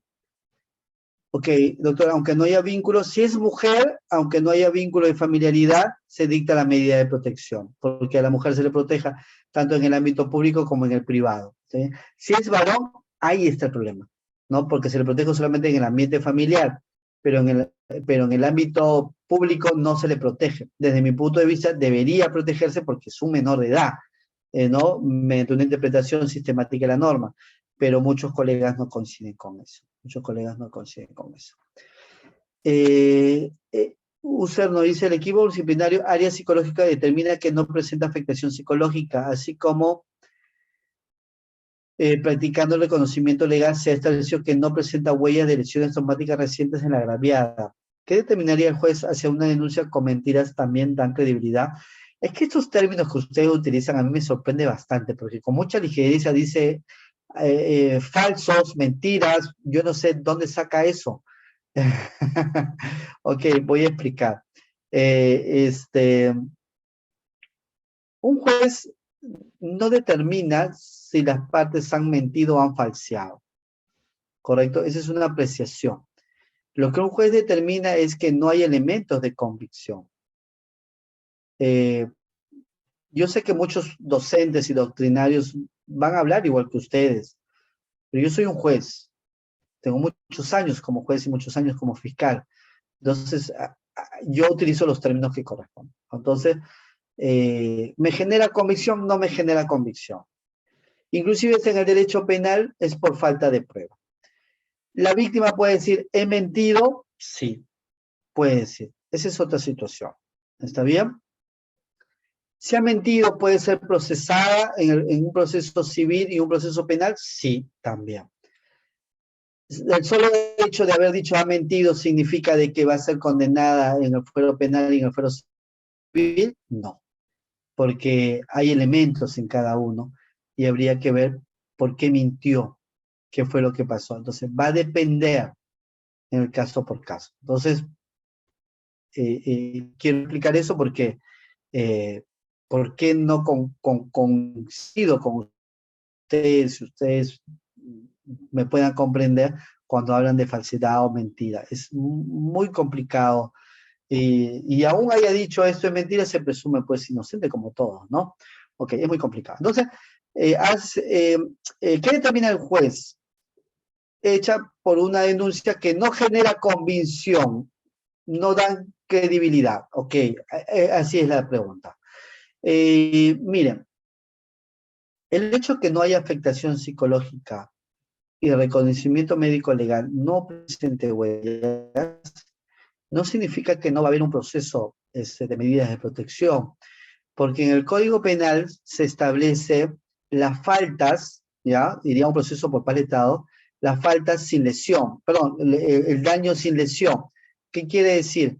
Que si ha habido una humillación, ha habido estereotipos, prejuicios a una víctima dentro del ambiente familiar, y esto puede ser corroborado con otros elementos periféricos, a una reja afectación, y esto es reiterado, puede ir un proceso de faltas, ¿ok? Igual, si a mí me dicen, me jaló los cabellos, me empujó, ¿no? Ese tipo de actos no necesariamente generan unas huellas físicas, ¿está bien? Por lo tanto, puede ir también al proceso de falta sin lesión si hay otros elementos que corroborarían el dicho de la parte agraviada. En ese mismo análisis, el juez de familia puede dictar las medidas de protección. No afectación no significa no se realizó el acto, ¿está bien? Se puede corroborar con otros elementos. Ahora, si yo no tengo otros elementos, va a ser muy difícil y por lo tanto no se dictará la medida de protección. Y se remitirá al fiscal penal para que el fiscal penal investigue. Y una de las modificaciones actuales ha establecido de que si el fiscal penal advierte elementos en su investigación, ¿correcto? Comunicará al juez de familia para que dicte las medidas de protección que no dictó. ¿Está bien? Ok. El doctor Orellana nos dice, en un proceso de violencia familiar donde el abogado no tiene los conocimientos legales del caso, la víctima puede todavía recurrir al SEM para enderezar el proceso. Sí, doctor. Es más, el juez, o sea, un juez diligente, ¿no?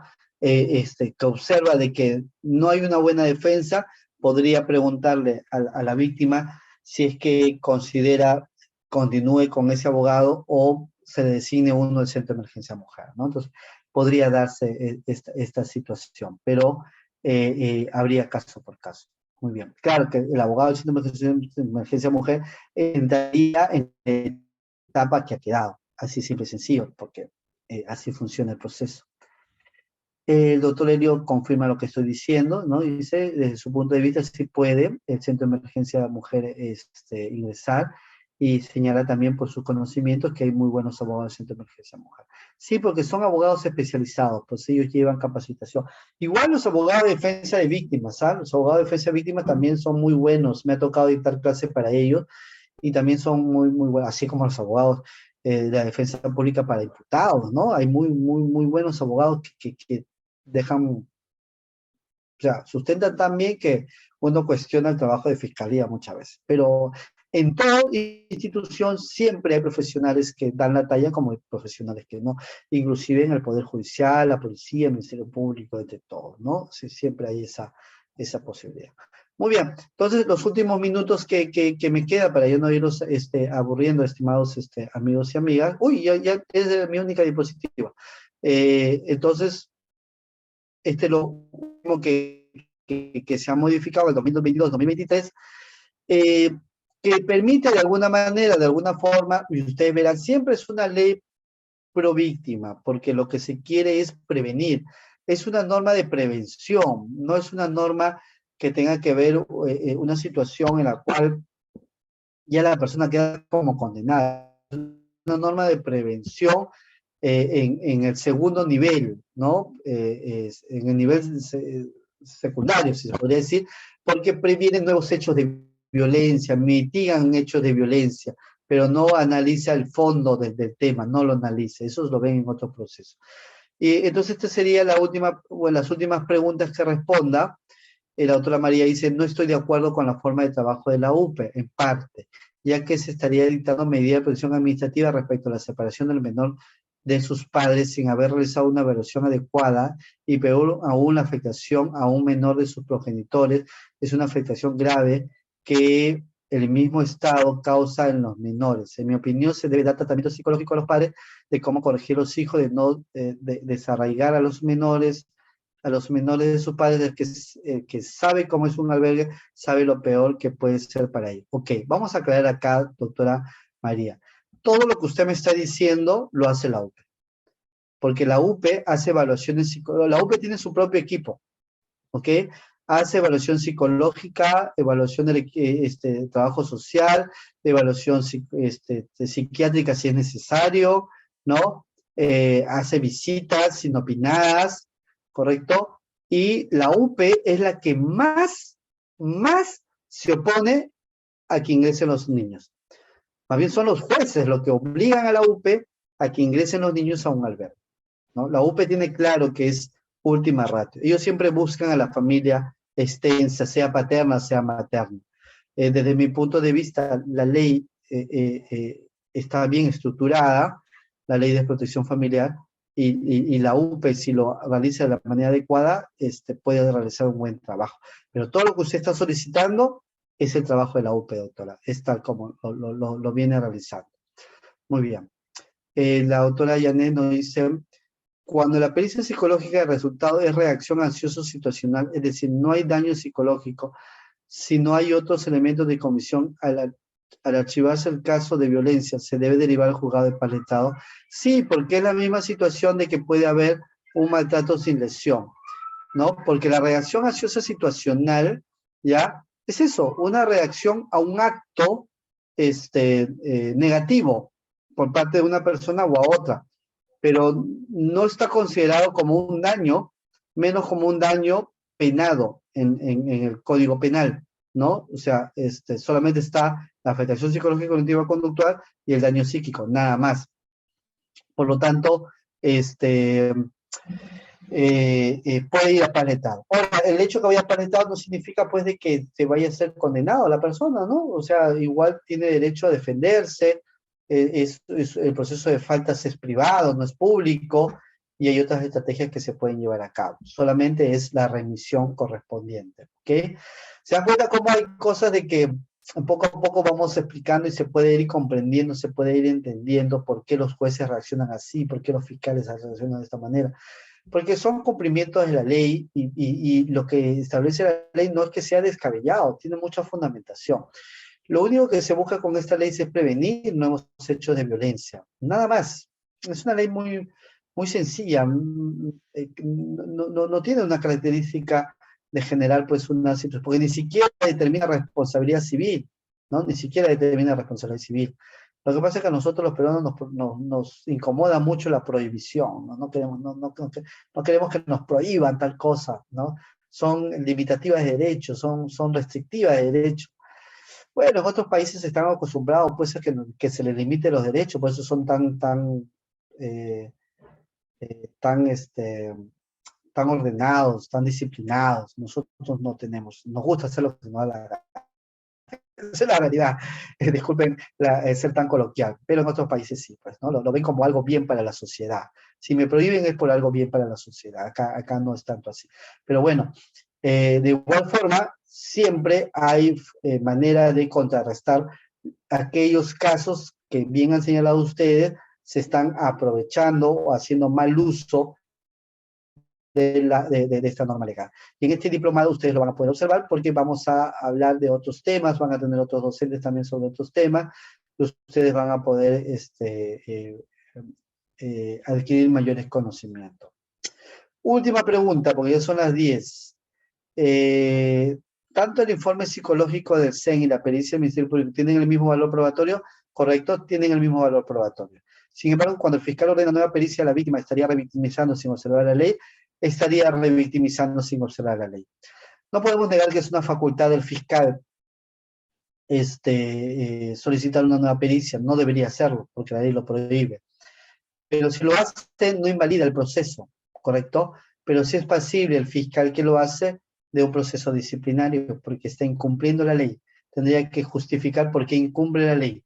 Y lo otro es porque estaría revictimizando a la víctima, que eso también podría cargar una responsabilidad al Estado peruano, porque él quiere, ¿no?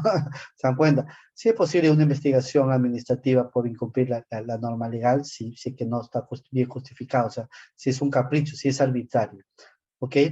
Pero ambos, tanto el informe psicológico como la pericia psicológica, tienen igual valor. La Corte Suprema ya ha establecido que lo importante en ambas situaciones es el debate pericial.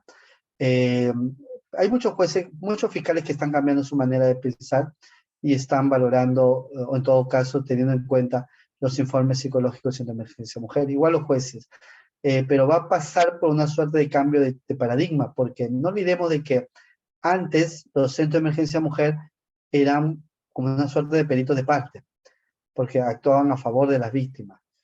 En la medida de que eso empiece a cambiar en sus propios protocolos, en la cual sean mucho más objetivos, eso va a ir cambiando, ¿no? Ahora ya no es un perito de parte, ahora es una suerte de institución estatal, gratuita, especializada, que se encarga de hacer este tipo de evaluación.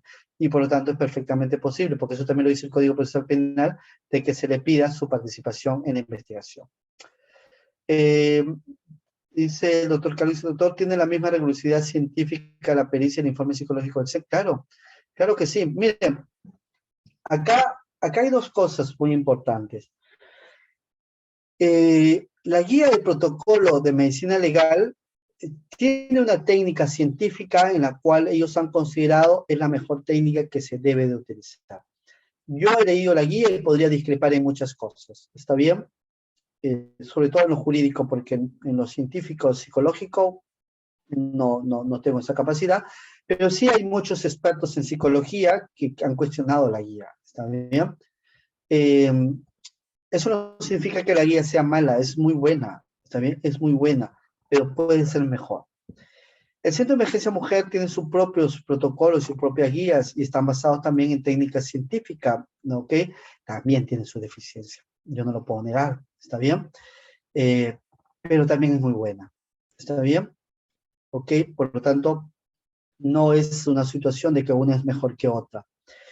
Lo otro que voy a decir es que en todas las instituciones hay psicólogos y psicólogas de trayectoria. Con los montos que en la actualidad paga medicina legal, en realidad no se exige mucho a los psicólogos. Muchos de ellos ingresan sin mucha experiencia y adquieren la experiencia de medicina legal porque tienen la escuela del Ministerio Público. Y es la escuela del Ministerio Público quienes le dan las herramientas para que mejore. O llevan algunos cursos de forenses, ¿no? Para que puedan ser acreditados. Pero eso no quita que los profesionales del Centro de Emergencia de Mujer no tengan especializaciones, porque el Ministerio de la Mujer también le da herramientas, ¿no? Cursos, talleres, implementa también las capacitaciones para sus profesionales. Por eso decía que en el debate cada quien pues dirá pues cuál es su especialización, cuánto tiempo tiene trabajando, etcétera, etcétera. Doctora Muñoz, no sé si le permitimos abrir el micro a la doctora Muñoz y con eso ya concluimos, por favor. Sí, doctor, felicitaciones por la ponencia. Muchas gracias por la respuesta. Mire, doctor, yo quiero preguntarle algo. Cuando existe resultados diferentes en la pericia del Ministerio Público o el Centro de Emergencia Mujer y el perito de parte, los resultados son diferentes. Usted como juez, ¿con qué razonamiento se queda? ¿Qué es lo que hace para saber nosotros como abogados? Gracias. Doctora, gracias por la pregunta, doctora. Como le venía diciendo, los jueces tenemos, no todos, pero la gran mayoría de jueces tenemos conocimiento de algunas especialidades multidisciplinarias, porque casi todos los días escuchamos psicólogos, ¿correcto? En nuestro trabajo. Pero eso no significa que seamos unos expertos en psicología. Muchas veces la lectura que hace un abogado respecto de una pericia o un informe no es la misma que puede hacer quien emitió de un profesional. Por eso yo concuerdo con lo que dice, es una casación y el ponente fue el doctor César San Martín, que yo necesito como juez, y eso lo hacemos en la sala, ya cuando vemos, por ejemplo, casos del antiguo código, que tenemos algunos casos todavía, escuchar a los profesionales, preguntar, dejar que el fiscal, el abogado, la defensa técnica, la parte agraviada, y los mismos vocales o los mismos jueces del colegiado unipersonales, pregunten al psicólogo y se quiten todas las dudas que tengan. Al viendo tres pericias, los tres psicólogos, como bien señaló el doctor, pues, o la doctora, pues hay una revictimización, la pobre víctima, ¿no? Pero habiendo los tres psicólogos, escuchar a los tres es trascendental, ¿no? Y preguntarle la opinión de cada uno de ellos respecto de uno u otro con mucha mayor razón. Solamente así el juzgador o juzgadora se genera convicción de lo que va a resolver. Entonces, algún profesional no generará convicción por su falta de experiencia, por su falta de conocimientos en el tema, porque no respondió, porque evadió las preguntas, de repente tal psicólogo aclaró las dudas que tenía el colegiado, etcétera, etcétera. ¿Se dan cuenta? Entonces, en base a esa información científica que ingresa el perito o el psicólogo, ¿ok? Es lo que va a permitir motivar lo que genera convicción en uno y otro. ¿Está bien? Pero también tengan en cuenta que no en todos los delitos es trascendental el informe psicológico, la pericia psicológica. Digamos que en el daño psíquico, en la afectación psicológica conductual, sí, porque se requiere ese elemento dentro del tipo penal para establecer en qué tipicidad me encuentro, ¿no? Pero si es otro tipo de delitos y hay tres pericias, bueno, que no está trascendental, hay otros elementos, va a complementar, va a coadyuvar, pero no va a ser definitivo la decisión que diga el perito. ¿Ok? Muy bien, doctores y doctoras, quiero agradecerle mucho por su tiempo, por quedarse, mire, están invirtiendo un tiempo valioso de la familia y un poco el sueño también, pero lo hacen por adquirir mayores conocimientos y eso, mis felicitaciones para ustedes. Así que aún voy a estar con ustedes en otras clases. La institución ANDAP Perú ha considerado que puedan participar en otras clases. Yo les agradezco mucho por la confianza. Entonces vamos a seguir debatiendo otros temas y quizás se van a seguir sorprendiendo y se van a ir encariñando mucho más con esta ley 30.364. Así, muchas gracias y nos vemos en otra oportunidad. Gracias. Bien, doctor Iván, muchas gracias por la excelente ponencia del día de hoy. Esperamos contar en la siguiente sesión. La siguiente sesión también tenemos con usted. Buenas noches, doctora.